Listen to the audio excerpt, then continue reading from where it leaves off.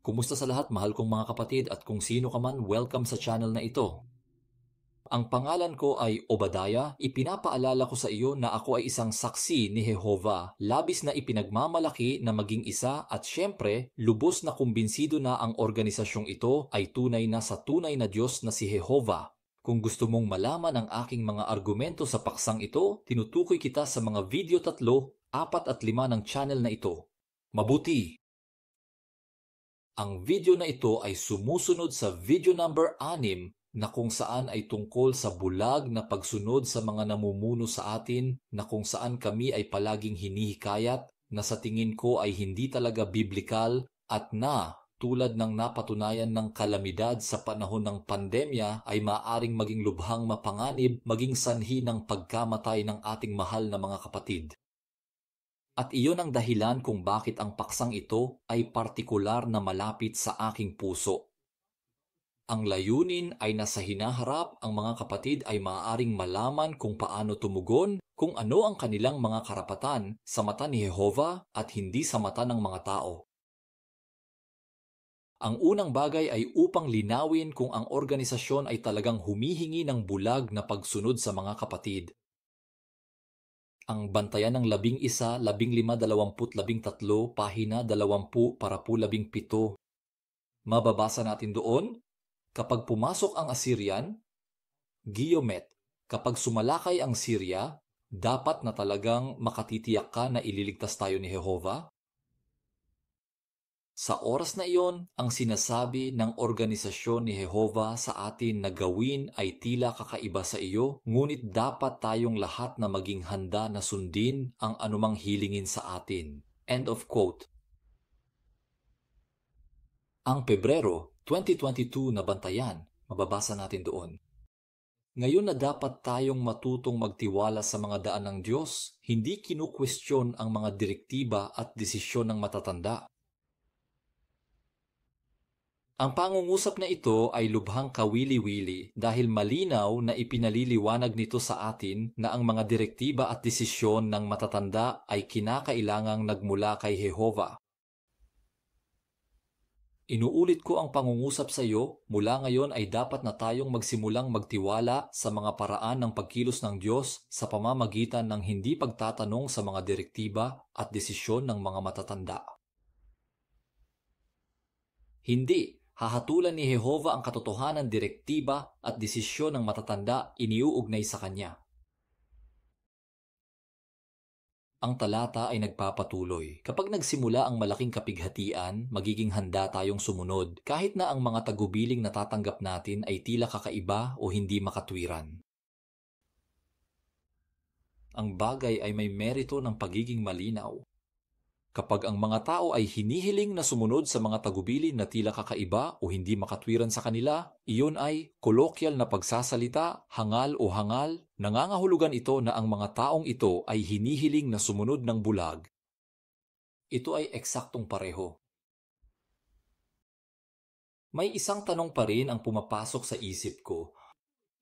Maaaring ang mga tagubiling ito ay magmumukhang tanga sa atin sa simpleng dahilan na sila ay hangal? At ang tanong ay lehitimo. Ang sagot ay oo. Ito ay ganap na posible sa 3 dahilan. Ang una ay matatagpuan sa Mateo Kabanata 24, versikulo 45 hanggang 51. Ang bersikulo 45 ay nagsasalita tungkol sa tapat at maingat na alipin na itinatag ni Jesus. At mula sa verse 48 ay mababasa natin, ngunit kung ang aliping iyon ay masama at magsabi sa kanyang sarili, ang aking Panginoon ay huli at nagsimulang patayin ang kanyang mga kapwa, alipin at kumain at uminom kasama ng mga lasing, ang Panginoon ng aliping iyon ay darating sa isang araw na hindi niya inaasahan at sa oras na hindi niya alam at siya ay parurusahan ng napakalubha at isasama siya sa mga mapagkunwari. Doon siya iiyak at magngangalit ang kanyang mga ngipin.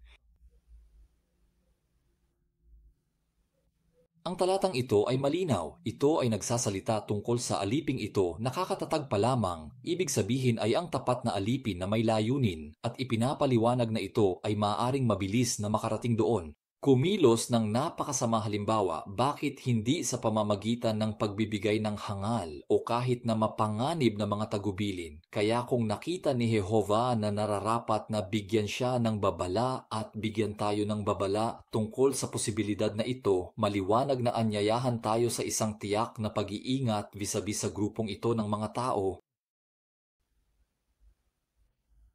Pangalawa, ang mga tagubiling ito ay maaaring maging hangal dahil sa nakaraan ay nagbigay sila ng hindi pare-parehong mga tagubilin. Halimbawa, sa panahon ng COVID, hinihikayat ang sangkatauhan na mag-iniksyon ng sarili ng isang ganap na hindi kilalang eksperimentong produkto. Salamat po.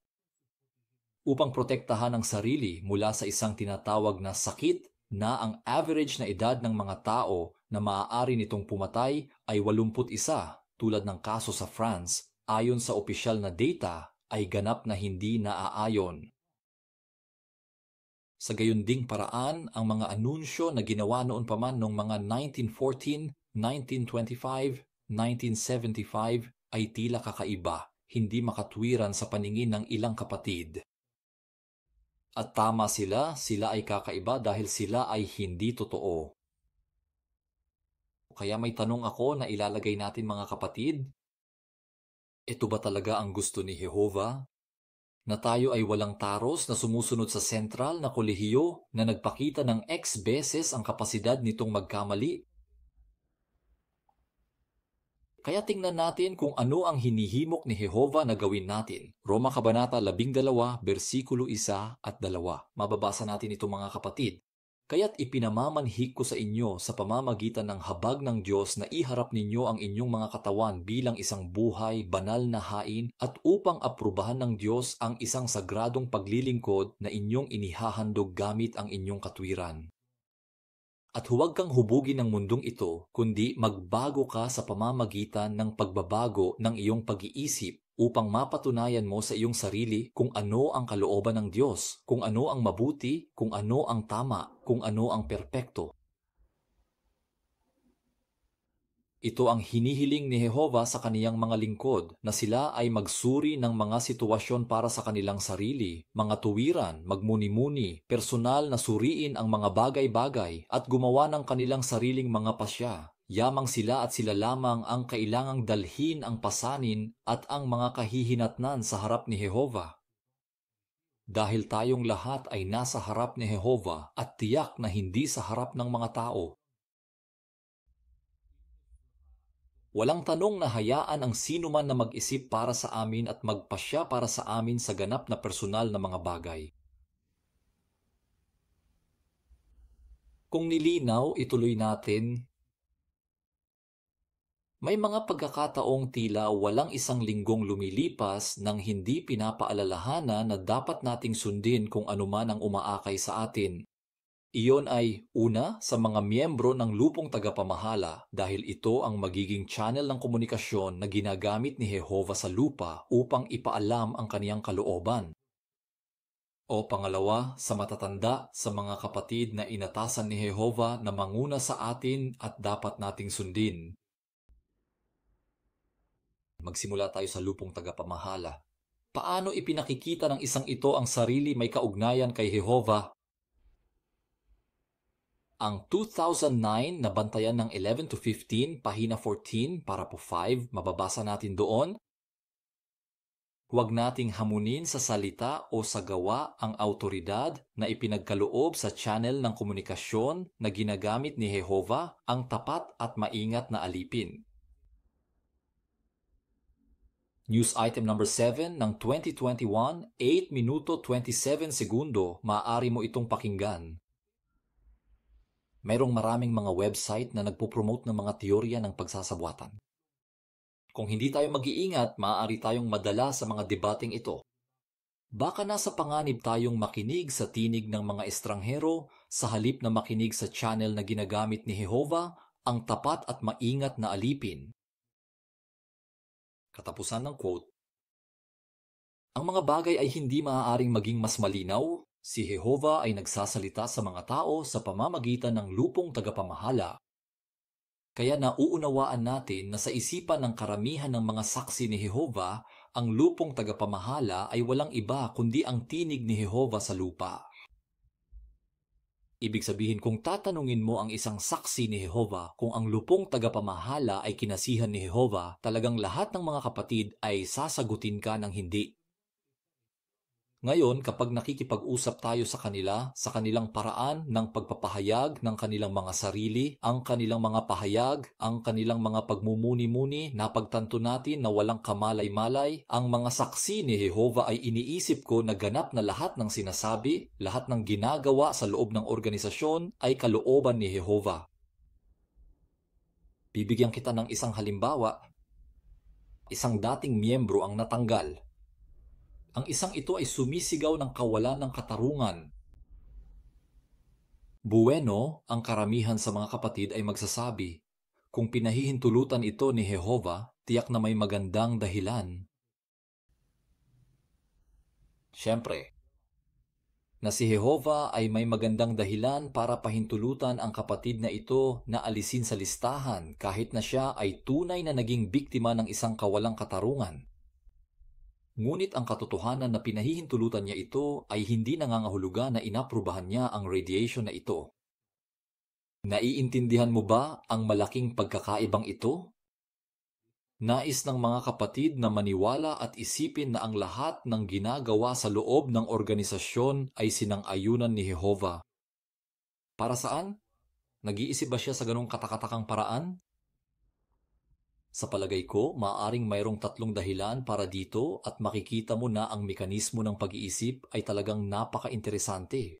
Ang unang dahilan ay ang pakiramdam ng mga kapatid na lalaki at babae na mas ligtas sa loob ng organisasyon. Iniisip na si Jehova ang nagpapatakbo nito na parang papet. Mayroong pakiramdam ng seguridad ng tao doon. Ikalawa, maraming kapatid ang naliligaw dahil hindi sila puspusang nag-aaral ng Biblia o ng mga isinulat ng organisasyon. Halimbawa, ang Pebrero 2017 na bantayan, pahina 26 para po 12, mababasa natin roon na ang lupong tagapamahala ay hindi kinasihan o hindi nagkakamali. Siya ay maaaring sa makatuwid ay nagkakamali sa mga tanong tungkol sa doktrina o organisasyon. May impresyon ako na nakikinig sa isa't isa na maraming kapatid ang nagulat sa pahayag na ito mula sa lupong tagapamahala.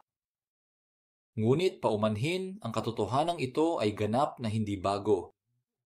Ang lupong tagapamahala ay palaging kinikilala na ito ay ganap na walang inspirasyon at nagkamali. Wala talagang bago tungkol dito.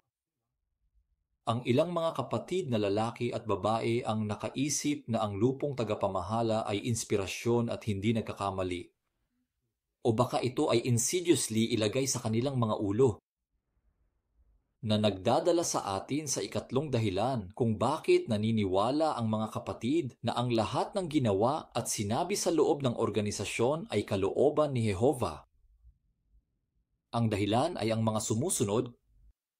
Ang lupong tagapamahala mismo ay nagpapanatili ng kalabuan na ito sa pamamagitan ng pagpapakita ng sarili bilang ang channel ng komunikasyon na ginagamit ni Jehova gaya ng mayroon tayo na binanggit sa itaas, kasama ang hindi mabilang na mga video na ito na maaari nating pakinggan sa jww.org na pinagpala ito ni Jehova. Pinangunahan ni Jehova ang mga kaganapan sa isang hindi kapanipaniwalang paraan upang magtagumpay ang proyektong ito na ginawa ni Jehova ito at iyon at BP. Ito ay palaging ang mabuti at ang kahanga-hanga na ipinakita doon. Ang naiintindihan ko ay hindi kami nanonood ng mga palabas sa JW para ma-depress ang aming pamilya sa pakikinig sa masamang balita. Ngunit ang downside ay ang magkapatid ay nagtatapos sa subliminally, insidiously paniniwalang na lahat ng bagay na sinabi at ginawa sa organisasyon ay hindi pangkaraniwang at hindi kapanipaniwala. Ang sakdal na kalooban ni Jehova. Sa personal, kumbinsido ako na sa pangkalahatan, ginagabayan at ginagamit ni Jehova ang kaniyang organisasyon sa lupa. Ang mga miyembro ng lupong tagapamahala ay mga kapatid na personal kong itinuturing na napakataas ng kalidad. Sa tingin ko sila ay dedikado, sa tingin ko sila ay taos-puso sa kanilang paraan ng paggawa ng mga bagay at may napakalaking responsibilidad sa organisasyon. At sa personal, taos-puso akong nagpapasalamat sa kanila mula sa kaibuturan ng aking puso para sa kanilang trabaho. Pero hindi iyon tinig ni Jehovah na nagtuturo ng mga huwad na bagay noong 1914, 1925, 1975. Hindi kailanman si Jehovah ang nagpasimula ng 12-dosenang, kung hindi man higit pa maling mga turo ng Biblia na itinuro at kailangang ituwid sa loob ng mga dekada. Hindi nagsisinungaling si Jehovah sa mga tao. Walang ginagawa si Jehovah upang biguin ang kaniyang mga lingkod, pasakitin sila o pahinain sila sa espiritual. At personal kong iniisip na si Jehovah ay maaaring labis na nagagalit, na nakikita ang kanyang sarili na nagkasala sa lahat ng mga pagkakamali na ginagawa ng mga kapatid sa lupong tagapamahala. Hayaan akong magpaliwanag. Ang mga kapatid sa lupong tagapamahala ay kilala sa hindi paghingi ng tawad kapag sila ay nagkamali, nabigo o nasaktan ang mga tao o ang kanilang mga kapatid. Bakit sila nagkakaganito? Bueno, tila dahil marahil mahigit isang siglo na silang gumagamit ng ilang talata sa Biblia, ang Kawikaan Kabanata 4, talata 18, na lumilitaw na nagpapaisip sa kanila na wala silang pananagutan sa anumang bagay. Sinasabi ng Kawikaan Kabanata 4, versikulo 18, ngunit ang landas ng matuwid ay parang liwanag ng umaga na sumisikat ng higit at higit hanggang sa sakdal na araw. Batay sa talatang ito ng Biblia, pangangatwiran ng lupong tagapamahala ay ang sumusunod. Kami ang mga miyembro ng lupong tagapamahala ay taos-puso. Taos-puso nating hinahanap ang kalooban ni Jehovah, nananalangin tayo sa Kaniya ng buong puso upang maipaalam niya sa atin ang Kaniyang kalooban. Kaya kung tayo ay gagawa ng isang maling desisyon, ito ay dahil hindi nakita ni Jehovah na angkop na patnubayan tayo ng tama sa eksaktong pagkakataong iyon. Tiyak na hindi pa ito ang oras para magbuhos ng liwanag sa aspetong ito ng kanyang kalooban. Kaya hindi natin kasalanan. Naiintindihan mo paraan ng pangangatwiran? Buti pa.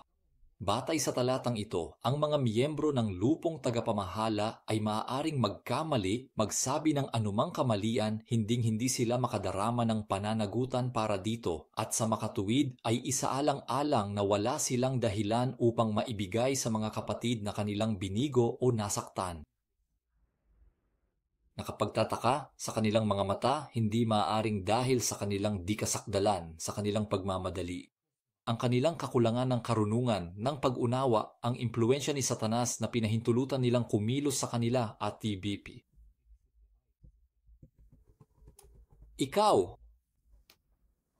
sa personal, kung nabigo o nasaktan mo ang iyong kapatid, malinaw na ipapaliwanag sa iyo ng lupong tagapamahala sa maraming publikasyon na obligado ka sa Biblia, kapatid, na pumunta at humingi ng tawad.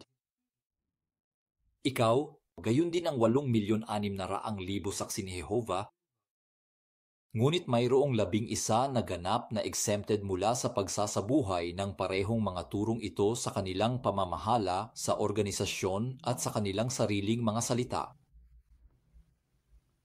Naniniwala ang mga miyembro ng lupong tagapamahala na wala silang kasalanan dahil naniniwala sila na wala silang anumang dahilan para gawin. Pero kanino ba ang may kasalanan nito? Naunawaan natin ang kasalanan ni Jehovah na hindi minarapat na patnubayan ng tama ang mga kapatid ng lupong tagapamahala sa tiyak na sandaling ito. Kaya may tanong ako para sa kapatid ng lupong tagapamahala. Ang pagkakamali noong 1975, halimbawa, ay nag-iwan ng libu-libong mga kapatid sa napakahirap na sitwasyon. Halimbawa, personal kong kilala ang isang kapatid na nabuntis ng isang kapatid. Ang kapatid na lalaki mula sa isa sa mga dati kong kongregasyon na isang araw habang nangangaral. ay ipinaliwanag sa akin kung paano siya kailangang magbitiw sa kaniyang trabaho, lumipat sa ibang rehiyon kasama ang kaniyang pamilya at ang kahihiyan na nadama niya nang makita niyang walang nangyari noong 75. Dahil ang dukha na puno ng mabuting kalooban ay hindi tumigil sa pangangaral sa kaniyang mga kasamahan sa trabaho na ang 1975 ang magiging taon ng pakikialam ni Jehovah sa kaniyang dakilang araw ng Armageddon. Magsisi ka bago pa huli ang lahat, at syempre, pagdating ng 76, lahat ng kasamahan niya ay may field day na pinagtatawanan siya.